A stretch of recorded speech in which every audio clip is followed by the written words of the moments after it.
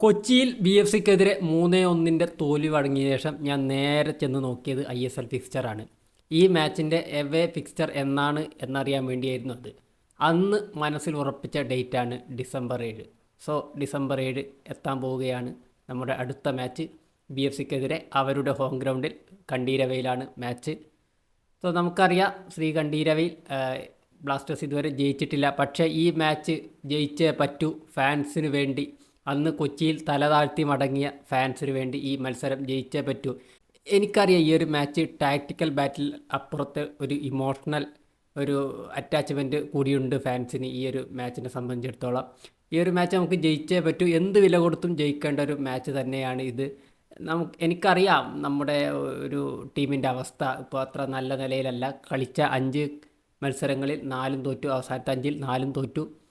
ഒരു മാച്ച് മാത്രമാണ് ജയിച്ചത്, ചെന്നൈയിനെതിരെ 3-0. ലാസ്റ്റ് മാച്ച് 1-0ക്ക് ഗോവയ്ക്കെതിരെ തോറ്റു. അതുകൊണ്ട് തന്നെ നമുക്ക് അല്പം ടഫ് തന്നെയായിരിക്കും ഈ ഒരു മത്സരം. പ്രത്യേകിച്ച് അവരുടെ കോട്ടയാണ് ശ്രീകണ്ഠീരവ എന്ന് നമുക്കറിയാം.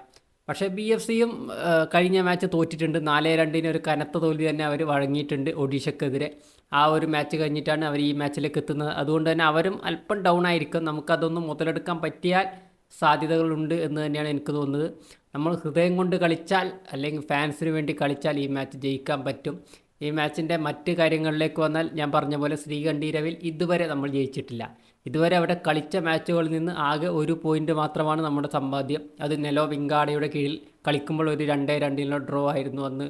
അതിലൂടെ നേടിയ 1 പോയിൻ്റ് മാത്രമാണ് ശ്രീകണ്ഠീരവയിലെ നമ്മുടെ ഏക സമ്പാദ്യം എന്ന് പറയുന്നത്. സോ ചരിത്രം തിരുത്തിക്കുറിക്കാനുള്ളതാണ്, അതിനുള്ള സമയമായിട്ടുണ്ട്.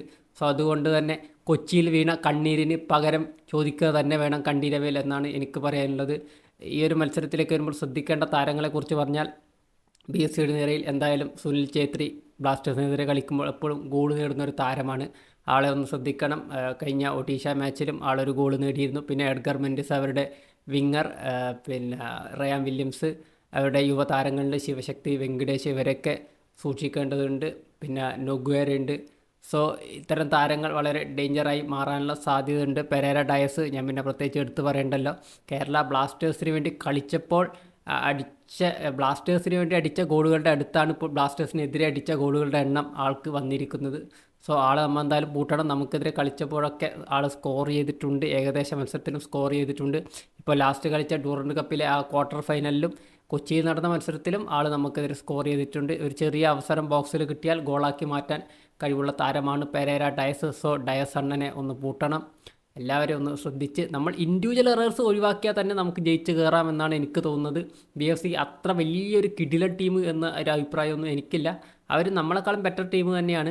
കൊച്ചിയിൽ നമ്മൾ മികച്ച രീതിയിൽ കളിച്ചു, ആ മത്സരം മികച്ച പെർഫോമൻസ് ആയിരുന്നു. പക്ഷേ ഇൻഡിവിജ്വൽ എറേഴ്സ് പ്രീതം കോട്ടാലിൻ്റെയും സോംകുമാറിൻ്റെയും ഭാഗത്ത് വന്ന ഇൻഡിവിജ്വൽ എറേഴ്സ് ആയിരുന്നു അന്ന് നമുക്ക് പണി തന്നത്. സോ ഇൻഡിവിജ്വൽ എറേഴ്സ് കംപ്ലീറ്റ് ആയി ഒഴിവാക്കി as a team, as a ഫാൻസിന് വേണ്ടി കളിച്ചാൽ ഈ കളി നമുക്ക് ജയിച്ച് മടങ്ങാം. കണ്ടീരവിൽ ആദ്യ ജയം കുറിച്ചുകൊണ്ട് മടങ്ങാം എന്ന് തന്നെ ഞാൻ കരുതുന്നു. നിങ്ങളുടെ പ്രെഡിക്റ്റഡ് ലൈനപ്പും സ്കോർ ലൈൻ പ്രെഡിക്ഷനൊക്കെ കമൻറ്റ് ചെയ്യുക. സോ ഞാൻ ജയമാണ് പറയുന്നത്. അതിലൊരു സ്കോർ ലൈൻ എന്തായാലും എനിക്കില്ല. ഒരു 1-0 ആയാലും പ്രശ്നമില്ല. ജയിച്ച് മടങ്ങുക, ജയം മാത്രം മതി എന്ന് പറഞ്ഞുകൊണ്ട് ഞാൻ നിർത്തുന്നു. Okay, by.